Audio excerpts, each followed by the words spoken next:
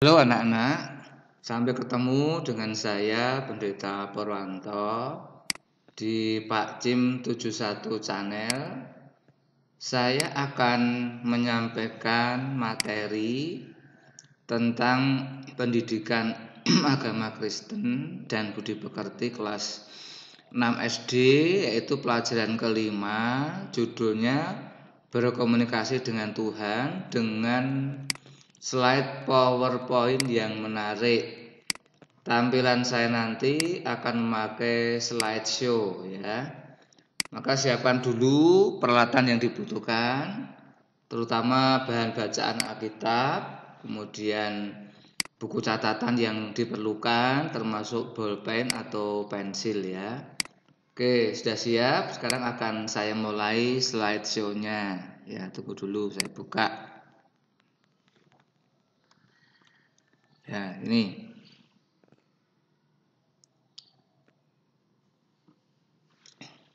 Pendidikan agama Kristen dan budi pekerti kelas 6 SD judulnya. Ini pelajaran ke-5. Judulnya nih, berkomunikasi dengan Tuhan.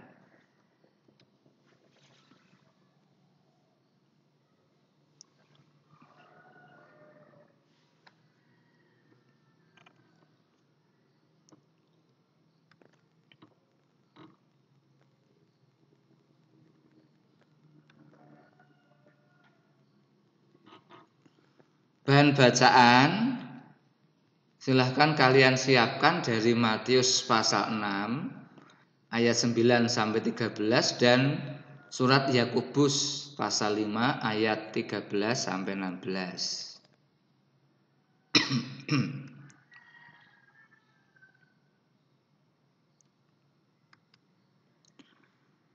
Sebelum kita mulai pelajaran, mari kita buka dengan doa.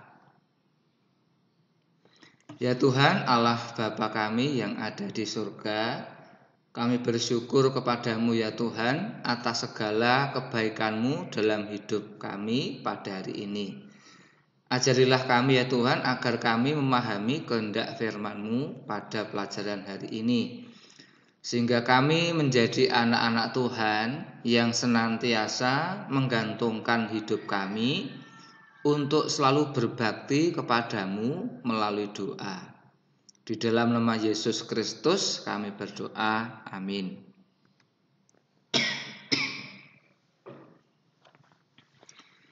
Sebelum lebih lanjut menyaksikan video ini, jangan lupa untuk menekan tombol like ya, kemudian tombol subscribe-nya, lalu tekan loncengnya dan kemudian share atau bagikan video ini.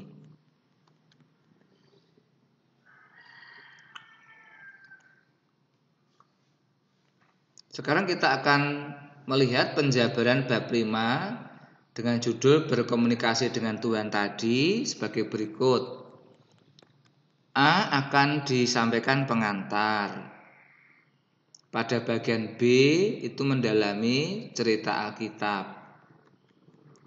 Kemudian pada bagian C, bagaimana memahami makna doa. Lalu pada bagian D, ini pendalaman materi sikap doa orang percaya. Ya. Kemudian pada bagian berikut, bagian E yaitu menghayati makna doa orang Kristen. Bagian terakhir atau F itu berupa rangkuman.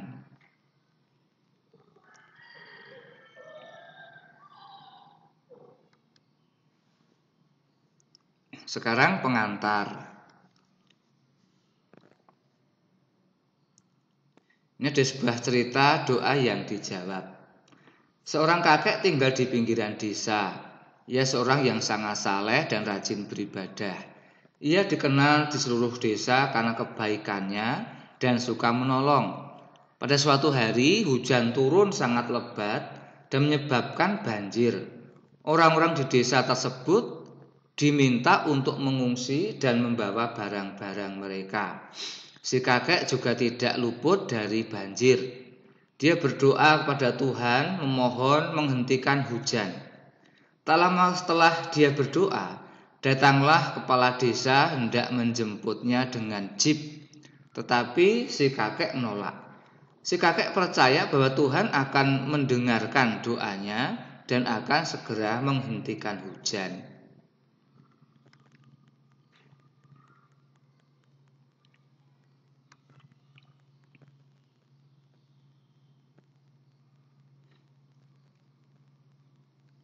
Kita lanjutkan ceritanya. Kemudian kepala desa pergi dengan cemas meninggalkan sang kakek tua. Hujan turun semakin lebat dan banjir semakin parah. Seluruh penduduk desa telah mengungsi. Si kakek pun semakin cemas dan berdoa lebih keras memohon kepada Tuhan untuk segera menghentikan hujan. Tak lama kemudian datanglah regu penyelamat dengan perahu karet dan berteriak-teriak memanggil si kakek. Si kakek pun berteriak pula dan meyakinkan bahwa kali ini Tuhan akan segera menghentikan hujan.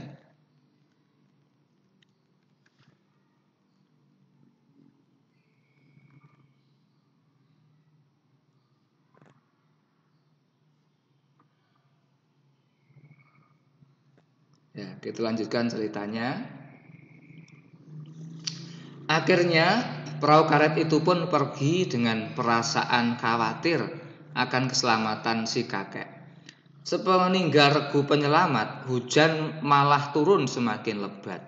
Kali ini si kakek sudah berdiri di atas atap rumahnya dan berteriak-teriak memohon pada Tuhan untuk segera menghentikan hujan. Tiba-tiba dari atas terdengar deru helikopter dan tampak beberapa orang berteriak untuk menyelamatkan sang kakek. Tetapi kali ini sang kakek pun menolak dan berkata dengan yakin bahwa dia telah berdoa dengan sungguh-sungguh kalau kali ini Tuhan pasti akan menghentikan hujan. Dengan putus asa, helikopter tersebut meninggalkan si kakek yang terus berteriak-teriak kepada Tuhan.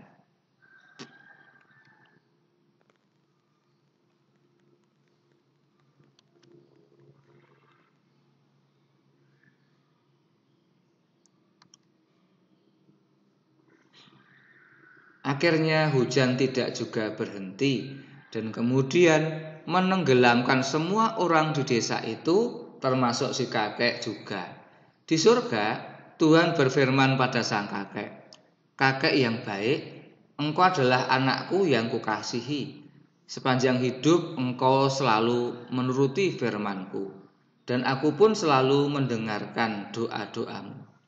Pada waktu engkau berdoa yang pertama kali, aku telah mengirimkan kepala desa untuk menjemputmu dengan mobil jeep. Tetapi engkau tolak. Pada doamu yang kedua, aku mengirimkan regu penyelamat dengan perahu karetnya, dan itu pun engkau tolak. Dan terakhir engkau berdoa kepadaku, aku mengirimkan sebuah helikopter untuk menjemputmu, tetapi engkau tolak juga. Aku selalu mendengarkan doamu, anakku." Si kakek pun terdiam.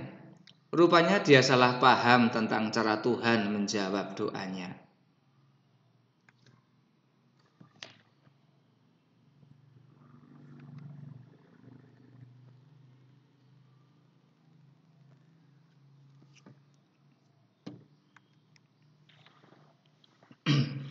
Sekarang jawablah pertanyaan berikut. 1.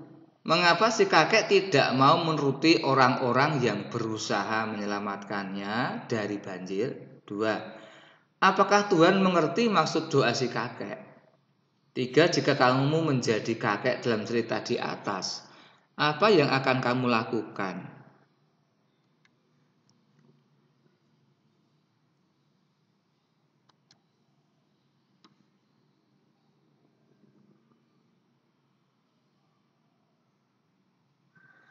Sekarang pada bagian B ini kita akan mendalami cerita Alkitab.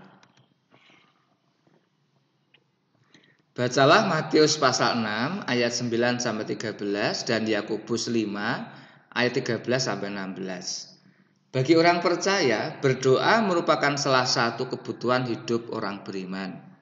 Tanpa berdoa, seorang yang mengaku percaya kepada Tuhan sebetulnya tidak sungguh-sungguh percaya, karena ia tidak pernah berkomunikasi dengan Tuhan. Berdoa adalah cara kita berkomunikasi dengan Tuhan. Berdoa adalah bercakap-cakap atau berbicara pada Tuhan. Dengan berdoa, kita menyampaikan isi hati atau cerita kita kepada Tuhan, baik itu berupa cerita menyenangkan, cerita keluh kesah, maupun keinginan. Kita bisa berdoa kepada Tuhan kapan saja dan di mana saja.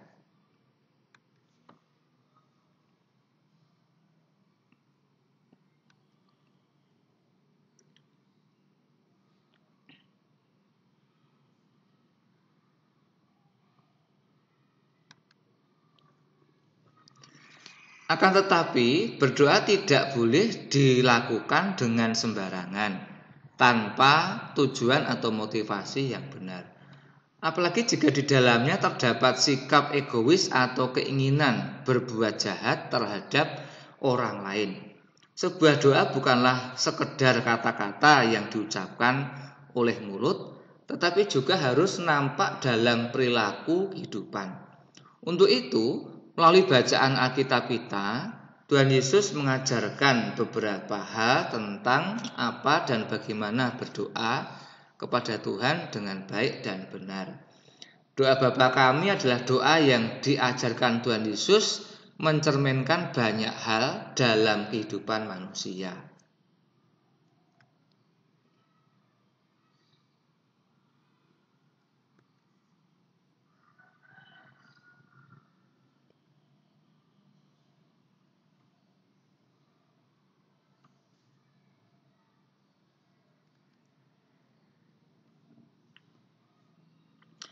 Beberapa unsur doa Bapa kami yang dapat kamu latih dalam kehidupan sehari-hari. 1. Sapaan kepada Tuhan atau pembukaan yang menunjukkan kedekatan hubungan kita dengan Tuhan. Misalnya dalam Matius 6 ayat 9-13 dikatakan, Bapa kami yang di surga. Bapa adalah sapaan seorang anak kepada ayahnya. Ini menunjukkan kedekatan si anak kepada ayahnya. Yesus memanggil Allah dengan Bapa, karena pada zaman Yesus, Allah disebut atau digambarkan seperti seorang Bapa. Allah yang menjadi Bapa kami. Karena itu ketika kita memakai kata Bapa, kita pun sedang menunjukkan kedekatan hubungan kita kepada Tuhan, yaitu hubungan yang dilandasi rasa sayang dan kepedulian. Meskipun Tuhan berada di surga, namun Dia dekat karena selalu ada memperhatikan dan melindungi kamu.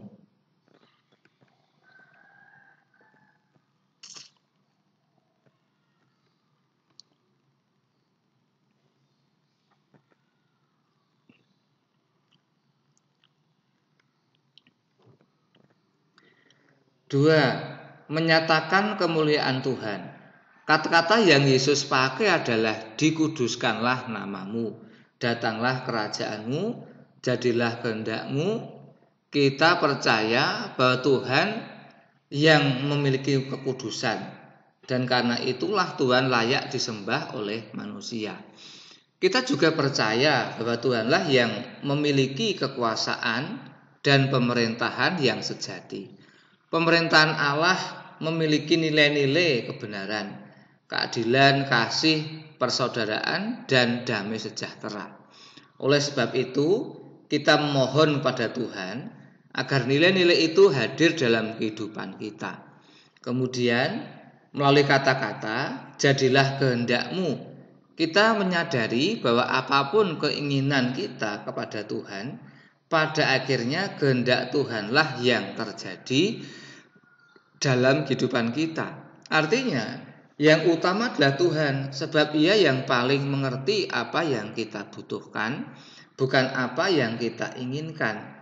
Kita berserah atau menyerahkan wewenang jawaban atas doa kita sepenuhnya kepada Tuhan.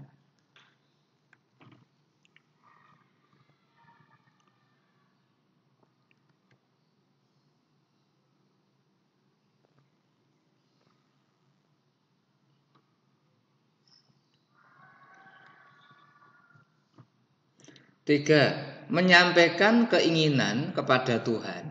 Yesus memakai kata-kata, berilah kami pada hari ini makanan kami yang secukupnya.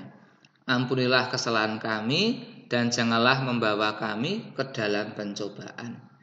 Kita meminta kepada Allah untuk memberikan makanan sebagai kebutuhan kita. Melalui permohonan ini, kita sepenuhnya bergantung kepada Allah. Selanjutnya, apa yang kita minta hanya untuk satu hari ini saja. Mengapa? Supaya kita belajar memuaskan diri dengan apa yang sudah kita dapat untuk satu hari. Ini menghindari sikap tamak, serakah, dan rasa tidak puas.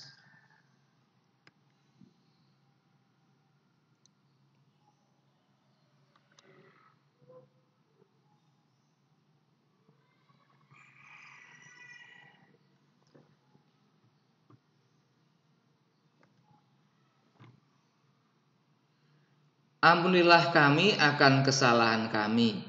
Sebagai manusia, tentu kita tidak lepas dari kesalahan, baik dalam perkataan, perbuatan maupun pikiran.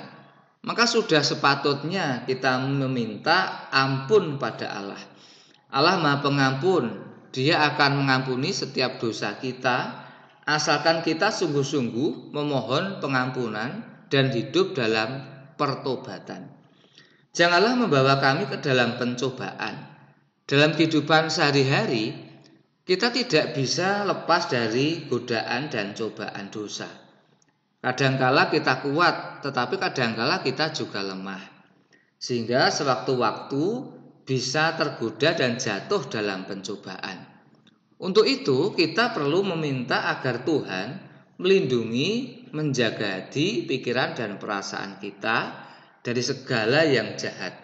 Kita juga perlu waspada terhadap setiap cobaan dan godaan.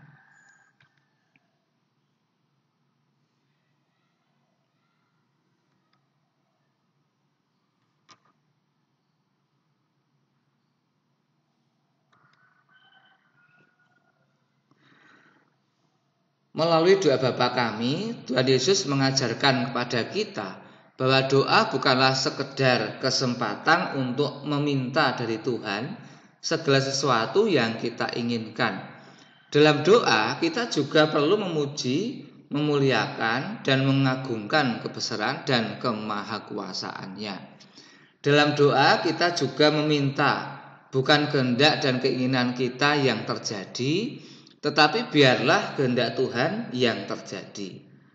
Hal ini dipertegas dengan kata amin yang selalu mengakhiri setiap doa kita. Kata amin berarti sungguh, ya sungguh atau benar. Dengan mengucapkan amin pada setiap akhir doa, kita percaya bahwa Tuhan akan memberikan yang terbaik untuk setiap doa kita. Yakobus 5 ayat 13-16 menegaskan hal itu. Tuhan mendengarkan doa yang disampaikan dengan sungguh-sungguh dan Tuhan mengabulkan doa kita menurut kehendak Tuhan. Yakobus mengingatkan kita bahwa doa yang dengan yakin disampaikan pada Tuhan memiliki kuasa yang sangat besar.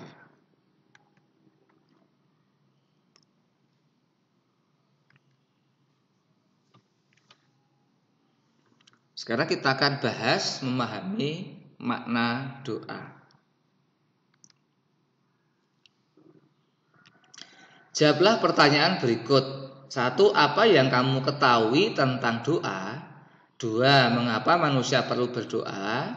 3. Apa yang menjadi motivasi atau tujuanmu berdoa? 4. Hal apa saja yang bisa kamu minta dalam doamu kepada Tuhan? 5. Jelaskan bagaimana sikapmu berdoa. 6. Sebutkan jenis-jenis doa yang kamu ketahui di rumah, di sekolah dan di gereja. Tuliskan dalam tabel berikut.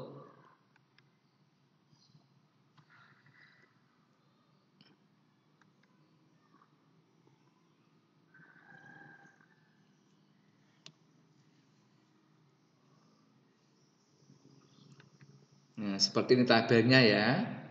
Misalnya di rumah, ya saya beri contoh. Doa mau tidur, atau doa bangun pagi, atau doa mau berangkat belajar, doa pulang sekolah, atau doa misalnya ulang tahun dan sebagainya ya. Di sekolah juga sama, doanya apa saja yang dilakukan. Ya, termasuk di gereja juga doanya apa saja ya, ada doa ini ya, seperti itu.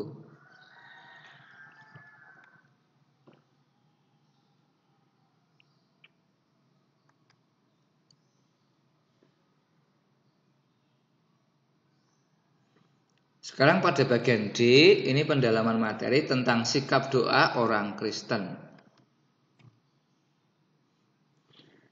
Kekristenan memang unik. Alkitab tidak mengharuskan sebuah cara tertentu tentang sikap berdoa. Akan tetapi ini tidak berarti kita menjadi bebas tanpa arah atau tidak mengatur doa itu sendiri.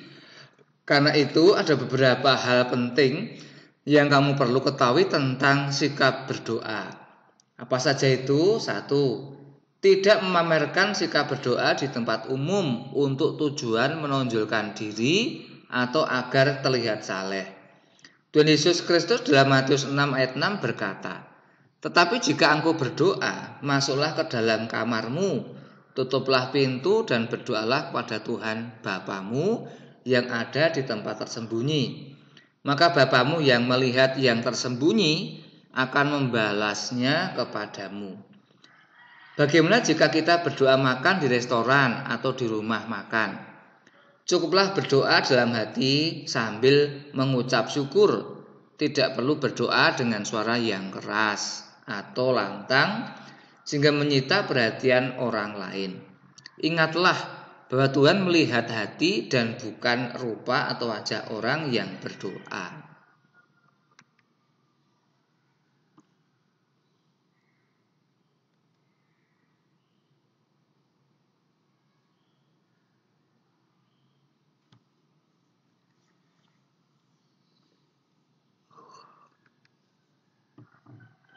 2. Hendaklah kita rendah hati di hadapan Tuhan ketika berdoa. Ketika berdoa, kita tidak perlu menonjolkan diri atau memuji-muji diri. Tuhan mengetahui kamu sepenuhnya. Karena itu, tanpa memuji diri pun Tuhan mengetahui kebaikan-kebaikan kamu atau hal-hal apa saja yang sudah kamu lakukan sebagai seorang yang percaya kepada Tuhan Yesus Kristus. Kamu tentu masih ingat cerita tentang seorang Farisi dan pemungut cukai yang berdoa di rumah ibadat. Baca Lukas 18 ayat 9-14. Ternyata Tuhan lebih mendengar doa si pemungut cukai yang merendahkan hatinya dengan mengakui keberdosaannya dibanding doa orang Farisi tersebut yang hidupnya dipenuhi dengan kesalehan. Karena itu tidak perlu menyombongkan diri dalam berdoa.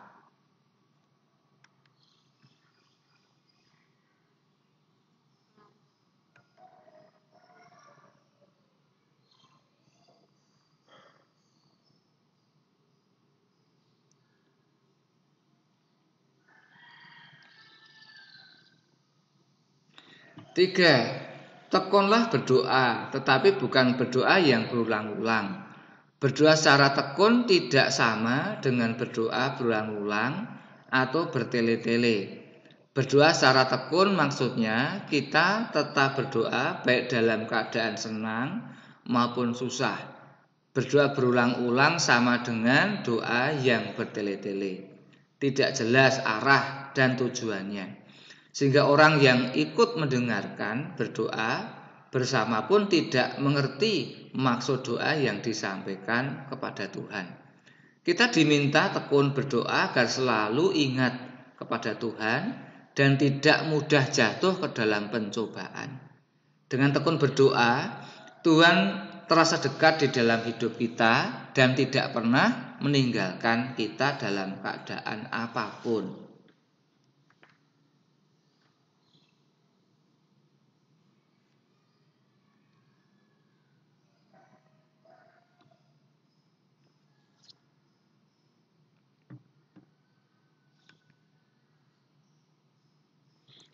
4. Dalam Alkitab ada beberapa contoh sikap badan dalam berdoa. Misalnya berdiri, menengadah ke langit, merebahkan diri ke tanah, bersujud, dan lain-lain. Namun perlu kamu ingat bahwa sikap badan tersebut sebetulnya hendak menggambarkan atau mengungkapkan hati kita kepada Tuhan.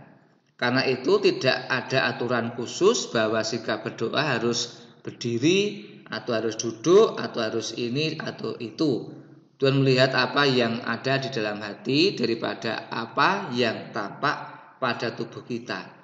Namun kamu dapat menyesuaikan sikap badan ketika berdoa dengan menyesuaikan waktu dan tempat. Misalnya, di dalam kamar kamu dapat berdoa dengan bersujud di samping tempat tidur atau sambil merebah dan melipat tangan di atas dadamu.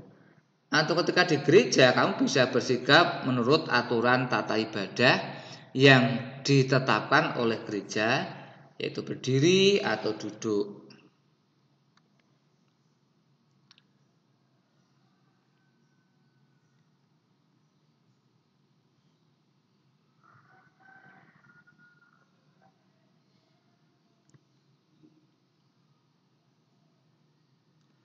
Lima, waktu berdoa sebetulnya dapat dilakukan kapan saja.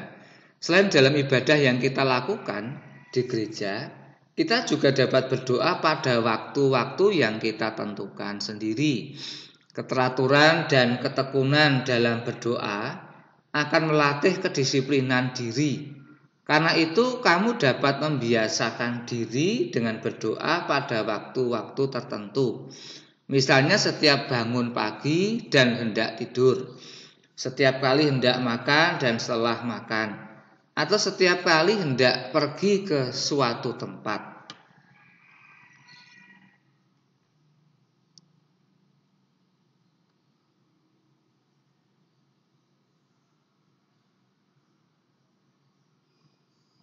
Sekarang bagian F, kita akan bahas menghayati doa sebagai napas hidup orang percaya. Nah, ini buatlah karya tentang doa kamu kepada Tuhan yang memuat ketiga unsur yang dibahas dalam penjelasan Alkitab sebelumnya. Ada sapaan pada Tuhan, pernyataan kemuliaan Tuhan, dan keinginan atau isi hati yang kamu sampaikan kepada Tuhan.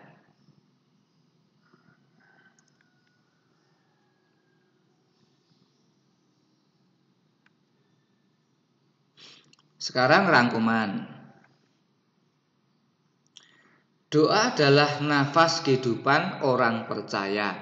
Tanpa doa, hidup seseorang akan terasa hampa. Doa adalah komunikasi kepada Tuhan untuk menyampaikan segala isi hati kita, berupa keluh kesah, kebahagiaan atau keinginan dan harapan. Dan percayalah, Tuhan mendengarkan dan menjawab doa kita menurut kebutuhan dan kasih sayang Tuhan kepada kita.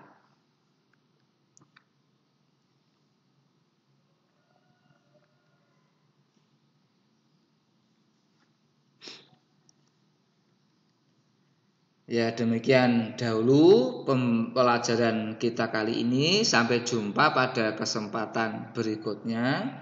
Tuhan Yesus memberkati. Amin.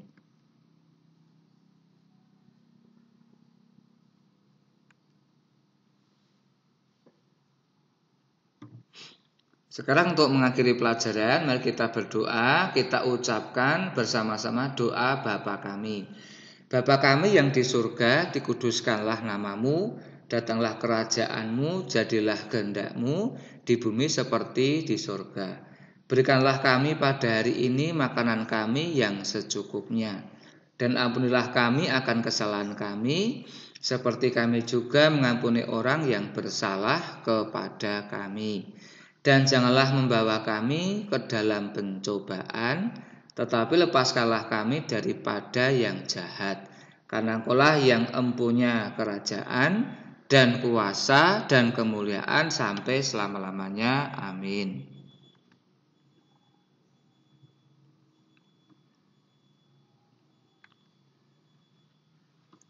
sekarang untuk mengingat terus warisan ajaran iman dari gereja-gereja perdana, mari kita ucapkan bersama 12 pengakuan iman rasuli. 1. Aku percaya kepada Allah Bapa yang Maha Kuasa, Khalik langit dan bumi. 2. Dan kepada Yesus Kristus, Anak yang tunggal Tuhan kita. 3. Yang dikandung daripada Roh Kudus, lahir dari anak darah Maria. 4. Yang menderita sengsara di bawah pemerintahan Pontius Pilatus, disalibkan, mati dan dikuburkan, turun ke dalam kerajaan maut. Pada hari yang ketiga bangkit pula dari antara orang mati, naik ke surga, duduk sebelah kanan Allah Bapa yang Maha Kuasa.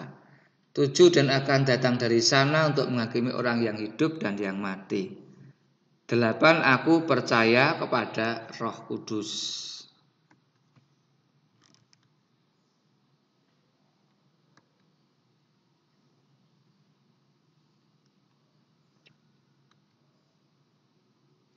Sembilan, gereja yang kudus dan am, persekutuan orang kudus, 10 pengampunan dosa, 11 kebangkitan daging, 12 hidup yang kekal.